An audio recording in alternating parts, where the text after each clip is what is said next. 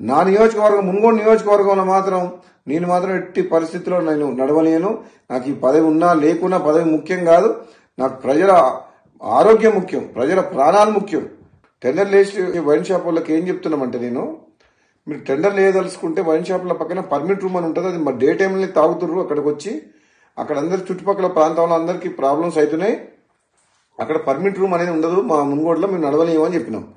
Allow చేయను. నేను ఎమ్మెల్యేగా ఉన్నంత వరకు ప్రజల ప్రాణాలు, ప్రజల ఆరోగ్యమే నాకు ఇంపటి తప్పితే ప్రజల జీవితాలతో ఆడుకునే ఎవరు ఏ పని చేసినా ఎట్టి పరిస్థితుల్లో ఒప్పుకునే ప్రసక్తే లేదు. ఊరు బయట ఉండాల్సిన వైన్ షాప్ ఊరు సెంటర్లో ఉంటుంది. బెల్ షాప్లకు అమ్మొద్దంటే మళ్ళీ దొంగసాటుగా బెల్ షాప్ లో అమ్ముతుండ్రు. అది అమ్మొద్దో చెప్తున్నా. ప్లస్ మళ్ళీ వీళ్ళందరూ వైన్ షాపులు అందరూ కలిసి సిండికేట్ అవుతుండ్రు. సిండికేట్ అవడం వల్ల ఏమైతుంది, రేటు పెంచి అమ్ముతుండ్రు, డూప్లికేట్ అమ్ముతుండ్రు. వేరే మండలాలు, వేరే నియోజకవర్గాలు, వేరే జిల్లా వాళ్ళు ఇక్కడ పార్టిసిపేట్ చేయొద్దు. వైన్ షాప్ లొకేషన్స్ కూడా తప్పున్నాయి.